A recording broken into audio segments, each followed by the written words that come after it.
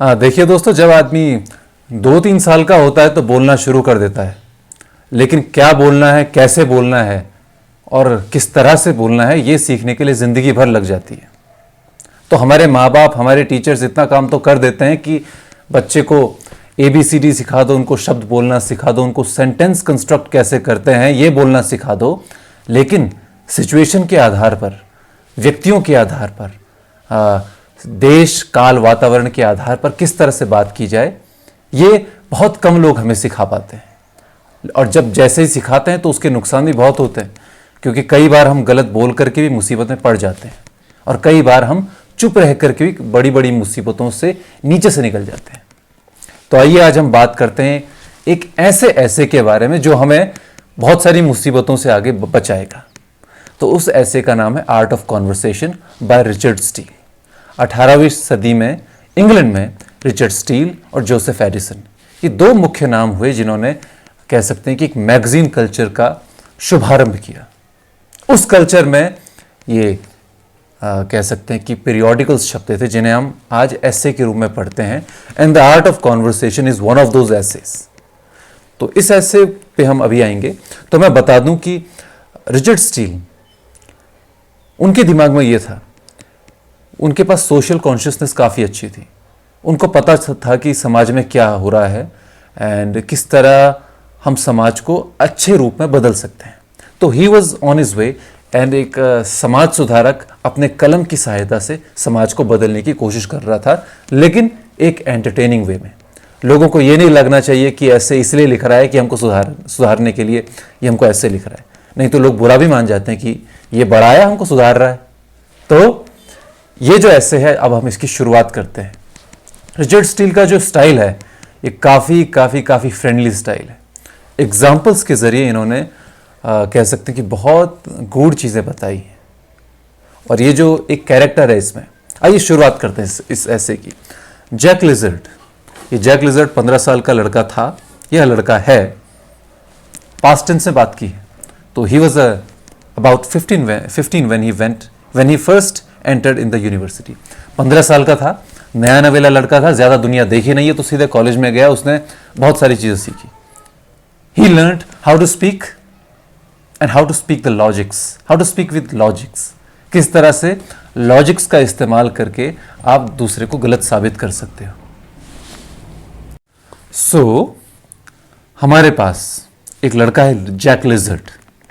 अब वो वापस आते हैं 1-1.5 साल बिताने के बाद यूनिवर्सिटी में, and when he comes back to his village, तो जो लड़के लोग होते हैं उनके साथ बैठता है, तो पता चल जाएगा कि यूनिवर्सिटी से आया कैसे, जो परिधान होंगे, एंड मोस्ट इंपॉर्टेंट जो बात करने का स्टाइल होगा कैसे।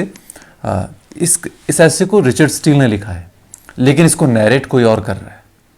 ज़रूरी नहीं है कि लेखक ही नैरेटर हो, ही कुड बी एनीवन।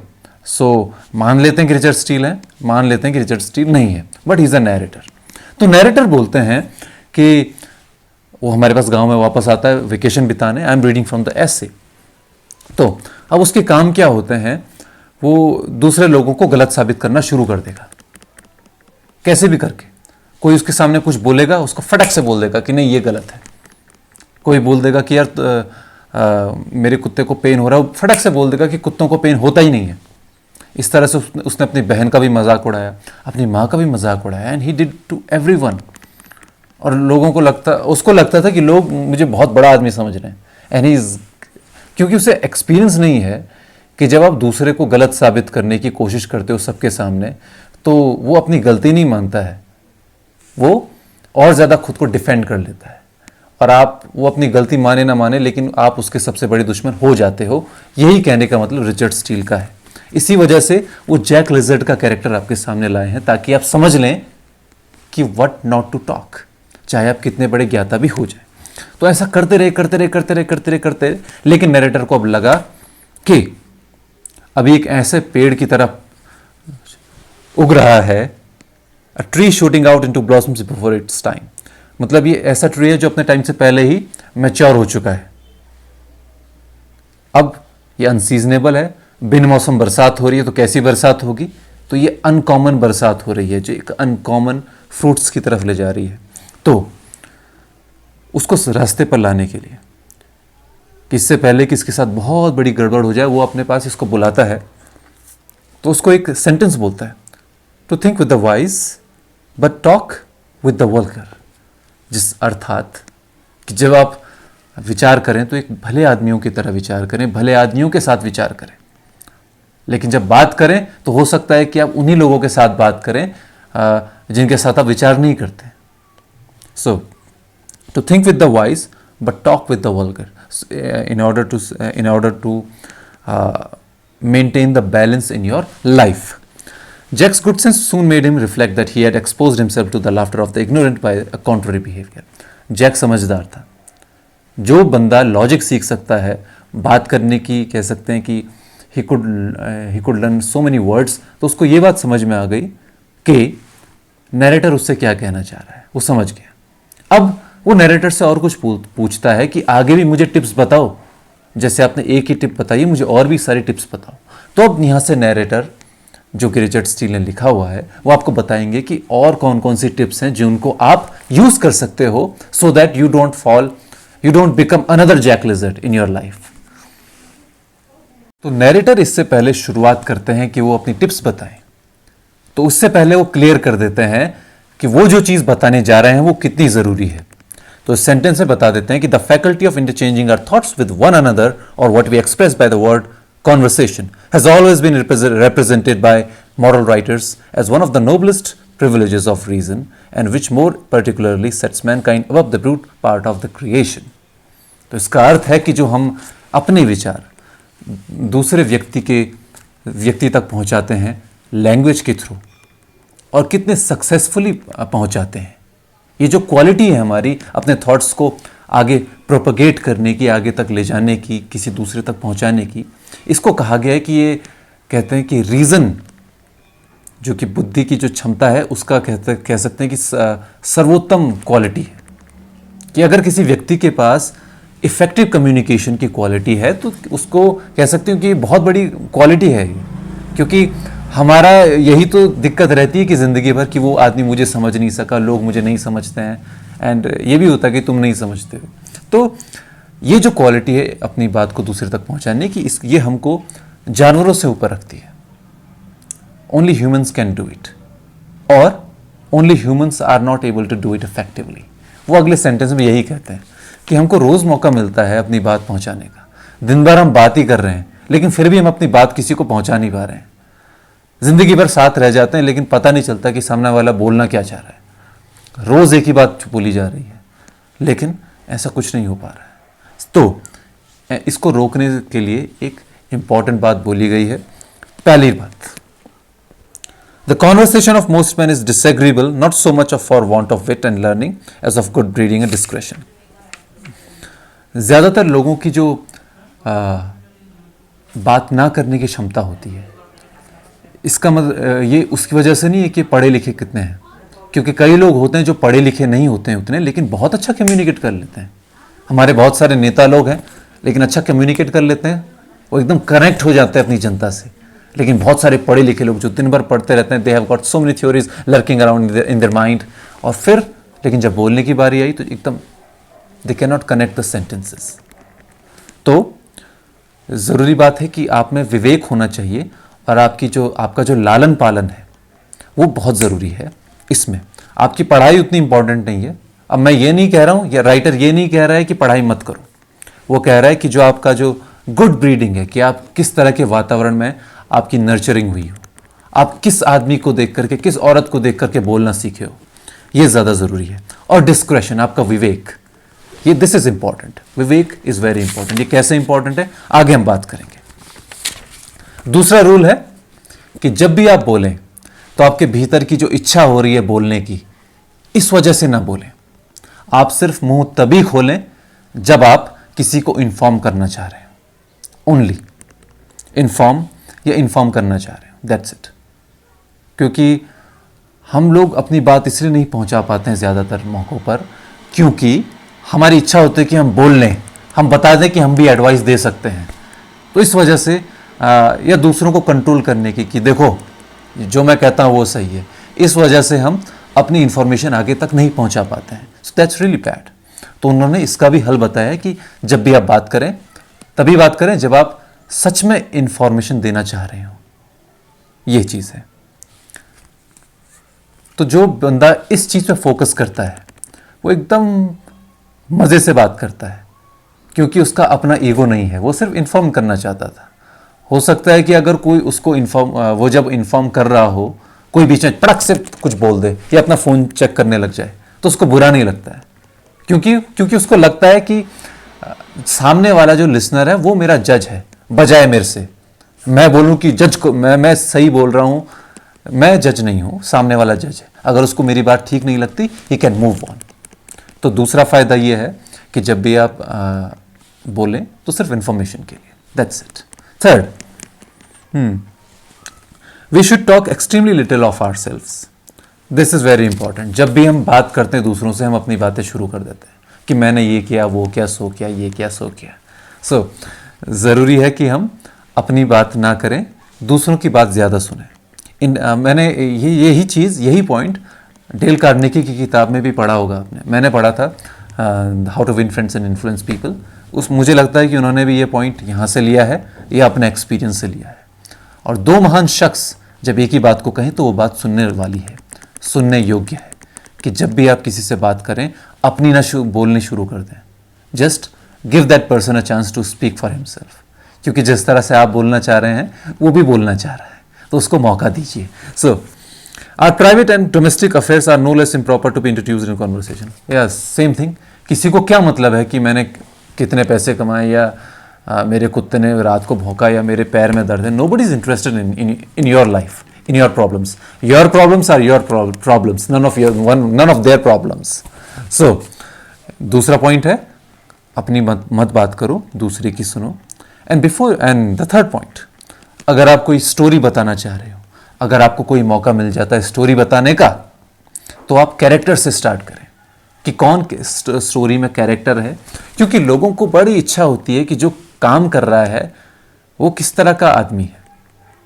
हो सकता है कि एक मर्डर हो रहा है, एक आदमी ने दूसरे आदमी का मर्डर कर दिया, बट यू शुड नो कि किसने मर्डर किया। हो सकता है वो राजा हो सकता है कोई टीचर हो। जब कोई राजा मर्डर करेगा तो दूसरी कह सकते हैं कि इमेजिनेशन आती है कि राजा ने क्यों कत्ल किया होगा। और जब किसी टीचर ने मर्डर किया है और किसका किया है, तो इमेजिनेशंस और आती हैं। तो जब भी आप स्टोरी बताएं तो अपने कैरेक्टर्स को और ज़्यादा शेड दें, उनके बारे में और चीज़ें बताएं। सो लोग इसमें और ज़्यादा इंटरेस्ट से सुनेंगे। फिर कुछ लोग ऐसे होते हैं जो प्रोवर्ब्स में बात करते हैं, प्रोवर्ब्स में। क्योंकि उनको बहुत ज़्यादा नहीं बोलना पड़ता, बस एक छोटा सा सेंटेंस बोल करके अपना काम खत्म कर लेते हैं। रिचर्ड स्टील कहते हैं कि इन लोगों से आपको बचना चाहिए। बचना क्या, इन लोगों को स्टुपिडिटी कहा गया है। क्योंकि प्रोवर्ब्स के साथ एक दिक्कत है कि हर कोई इसे समझ नहीं पाता और फिर लोगों को लगता है कि बड़ा ज्ञानी आदमी है। तो रिचर्ड स्टील चाहते हैं कि आप स्पष्टता से कहें और जितना ज़्यादा बोलने की ज़रूरत हो उतना ज़रूर बोलें इन्फॉर्मेशन देने के लिए। तो कह सकते हैं कि रिचर्ड स्टील चाहते हैं कि जो भी आपकी कॉन्वर्सेशन हो वो फैक्चुअल हो, जेन्युइन हो एंड इस तरह की लैंग्वेज हो जो सामने वाले को समझ में आ जाए। अब मैं किसी राह चलते आदमी को इस तरह का प्रोवर्ब नहीं बोल सकता, कोई ऐसा ईडियम नहीं बोल सकता जो उसकी समझ के बाहर हो और उसको समझ में ना आए। क्योंकि हम बात इसलिए कर रहे हैं कि मेरी बात समझ जाए। अब वो मेरी बातों को सुन करके ही मुझे नहीं समझ पा रहा है, तो मेरे बोलने का क्या फ़ायदा हुआ। तो ये अगला रूल है कि do not speak in proverbs. Then there is an interesting thing that is saying, Richard Steele, कि अगर आप किसी चीज़ में मास्टर हैं, मतलब आप एकदम परफेक्ट हैं, आपको 5-10 साल हो गए हैं, आपकी फिंगर टिप्स पे उसका नॉलेज, तो उसके बारे में आप अपने से बात करना बिल्कुल बात मत करें, बिल्कुल भी बात मत करें। क्योंकि लोगों को तब लगेगा कि ये आदमी इस कला में माहिर है लेकिन ये बात नहीं कर रहा है, तो इसका मतलब है बात नहीं कर रहा है, तो फिर लोगों को लगेगा कि क्यों बात नहीं कर रहा है। तो फिर लोगों को ये भी लगेगा कि जो बाकी कलाएं हैं जिनमें आप उतने अच्छे नहीं हो, तो उसमें भी शायद आप उतने ही अच्छे हो। ये एक ट्रिक समझ लीजिए कि अगर आप चाहते हैं कि लोग आपको बाकी सब्जेक्ट्स में भी उतना ही ज्ञानी समझें जितने कि आपके सब्जेक्ट्स में हैं, तो अपने सब्जेक्ट्स के बारे में गहनता से बात करना छोड़ दें। गहनता से नहीं, जब भी मौका लगे बात करना छोड़ दें। जैसे आप फिजिक्स के टीचर हैं, तो आप दोस्तों से मिल रहे हैं तो फिजिक्स की बातें मत कीजिए, या स्टूडेंट्स के बीच अगर क्लास के बाहर बैठे हैं या कोई इनफॉर्मल सा टाइम है तो उसमें फिजिक्स की बात मत करें। तब लोगों को लगेगा कि हो सकता है इनकी बाकी सब्जेक्ट्स पे भी उतनी ही पकड़ हो, क्योंकि जब आप अपने सब्जेक्ट्स पे चुप रहते हैं, बाकी सब्जेक्ट्स पे भी चुप रहते हो, then you are doing well. लोगों को लगेगा कि आप उनके बारे में भी उतना ही जानते हैं जितना अपने सब्जेक्ट्स के बारे में जानते हैं। I know I have stretched this a lot, but this is an important point. तो आगे रिचर्ड स्टील बताते हैं कि आपके पास गुड ह्यूमर है, आप लोगों को एंटरटेन करना जानते हैं अपनी बातों से, आप में आपके पास सेंस है बात करने का, एंड डिस्क्रेशन जिसे हमने विवेक कहा है, ये कभी फेल नहीं होते। इसके साथ आपको इंफॉर्मेशन भी कलेक्ट करनी है, because information based on true facts they are always going to help you. जैसे अगर किसी मुद्दे पे बात हो रही है आपके दोस्तों के बीच, अगर आप अपने दोस्तों से ज़्यादा जानते हैं, उनसे भी दूर की आपके पास पहुंच है, तो ये वैसा ही इफ़ेक्ट देता है कॉन्वर्सेशन में जैसे कोई फेमस आदमी हुआ है और आप उसकी छोटी छोटी बातें भी जानते हैं, उसके छोटे छोटे इंसिडेंट भी जानते हैं, क्योंकि ग्लोरियस इंसिडेंट तो सभी लोग जानते हैं महान आदमियों के, लेकिन छोटे छोटे इंसिडेंट ये उन्हीं लोगों को पता होते हैं कि जो गहनता से विचार करते हैं, गहनता से रिसर्च करते हैं। तो अगला रूल है कि आप लोगों से थोड़ा और ज़्यादा पढ़ें, because this is the age of information. और रिचर्ड स्टील ने पहले ही पता कर लिया था कि जिसके पास इंफॉर्मेशन होगी वही टॉप पे होगा। तो यहाँ पर एक अच्छा इफेक्ट दिया है ना। अब पिछले वाले रूल पे वापस जाते हैं जिसमें इन्होंने बताया था कि आप अपनी मत सुनाएं, लोगों से पूछें, ताकि लोगों को भी कहने का मन हो। तो ये इसके दो दिक्कतें हो सकती हैं कि पहला तो ये दिक्कत है कि अगर आप ग्रुप में बैठे हैं और आपने सवाल पूछा, तो हो सकता है कि सभी लोगों को उस सवाल का आंसर जानने का में इंटरेस्ट ना हो, तो सभी लोग थोड़ा उस वक्त बोर हो सकते हैं। दूसरा, आप पूरी तरह से सामने वाले के जवाब पे आधारित हो जाते हैं। आपने सवाल पूछ लिया, देन आपको वेट करना पड़ेगा, आपको पूरा वेट करना पड़ेगा कि छोटा आंसर है या लंबा आंसर है, तो आपको पूरा वेट करना पड़ेगा। देन एक पिटफॉल है यहाँ पर जो रिचर्ड स्टील बताते हैं कि हमने सुना होगा कि speak your mind man, speak your mind, speak everything, जो भी तुम्हारे दिमाग में बोलो। पर ऐसा नहीं कर सकते तुम। अगर जो भी मेरे दिमाग में अगर मैं वो बोलूँगा, या तो दिन के अंत होने तक मेरा कोई दोस्त नहीं बचेगा या मैं नहीं बचूंगा, क्योंकि हमारे दिमाग में इतनी सारी चीज़ें आती हैं बोलने के लिए। तो अगर हम सब कुछ बोल देंगे तो it could rig havoc in your life.